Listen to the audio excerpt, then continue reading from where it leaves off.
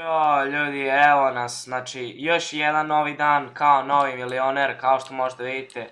Imamo baš puno para, idemo malo do grada sa ovim našim jadnim motorom koji ne vredi ni nekoliko milijardi. On ne može čak ni na zadnji točak, a šta ovo ne vredi ništa, ljudi. Toga može, ali ubit ću se. Sad ćemo, ljudi, da izaberemo neki od naša auta, znači imamo pa ova neka auta. Ali ja mislim da šefine voze samo Brabusa. Tako da idemo malo do grada s ovim našim autom od 200 milijardi evra. Malo da se provozamo sa njim. Treba da odem do prodavnice da kupim mami nešto da jede. Ovdje da uzmemo drift jedan, GG. Da se uparkiramo lepo. Zaključamo auto za svaki slučaj. Smo ovdje u radnju, uzet ću jedan ovo da možemo da popravljamo auta. Uzet ćemo naravno malo hleba da se nađe, telefon, radio. Idemo kući da ostavim mami ovo za ručak da sprema, pa idemo da nadogradimo auto. Samo šefine voze nadograđena Max T-Red auta, a ne ovako, vidi ovo. Evo nas, tu smo, parkirat ćemo auto ovako tu. Sada ja idem da ostavim mami ručak. Kada smo to obavili, sada lepo možemo da odemo da nadogradimo naš auto. Mi se nešto i ne sviđa ovako sporo auto.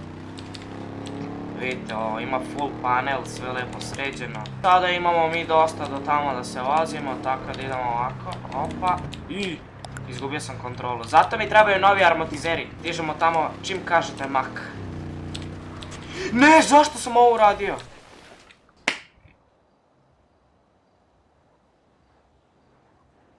Kakav sam ja bolesnik. Ok, sad kad sam se vratio u auto, sad mogu lepo da nastavim svoju vožnju. Da tuniram auto. Stižemo na lokaciju uskoro. Samo se nadam da mehaničar radi. Da nije zatvoreno. Ok, to je neki auto. I molim te, to je to. Otključeno. Ali nema nikog unutra. Vrate, znaš kada će doći mehaničar? Ne znam. Jebi ga. Vidite, ljudi, kako mi je dobro auto. Znači, ovaj Brabus znak kako ovo lep auto. Gledaj ga izunutra. Prosto auto za poželeti. A još kad ga tuniramo, Sad ćemo malo da turiramo. Aha, ko bolje turira od mene? Slušaj ovako. Daću ti 30 miliona, samo ga nabuđi na max kako god ti želiš. Znači, stavi mu šta god ti želiš. Da promeni farbu ili...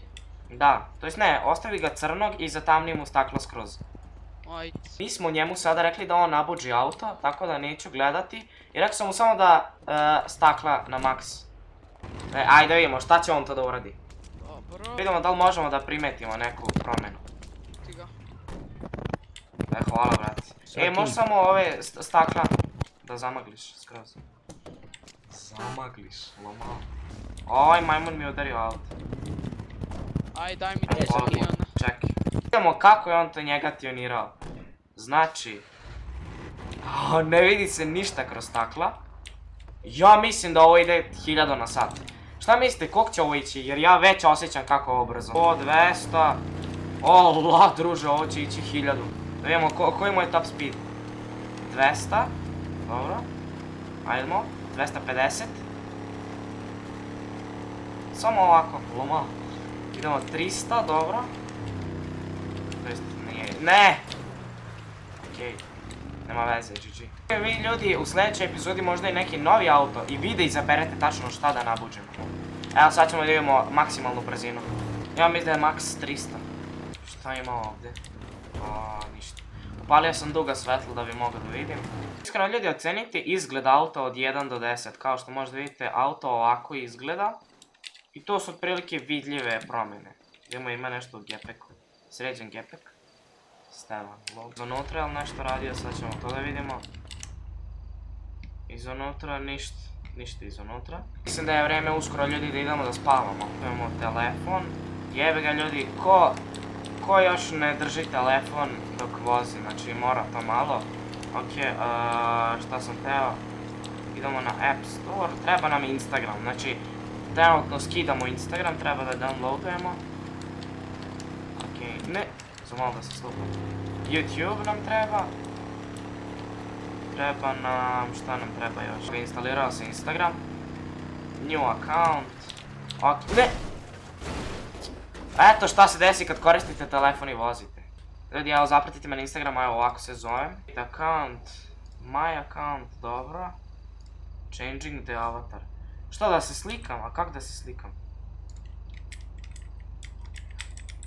Kako da okrenem kameru? Pronađem svoj YouTube kanal ovdje. Ovo ne radi. Ok, nije ni bitno, idemo mi samo kući. Dovoljno što sam se već jednom slupao. Naravno, pa udari se još negdje. Ok, malo sam pogrešio put, moramo nazad.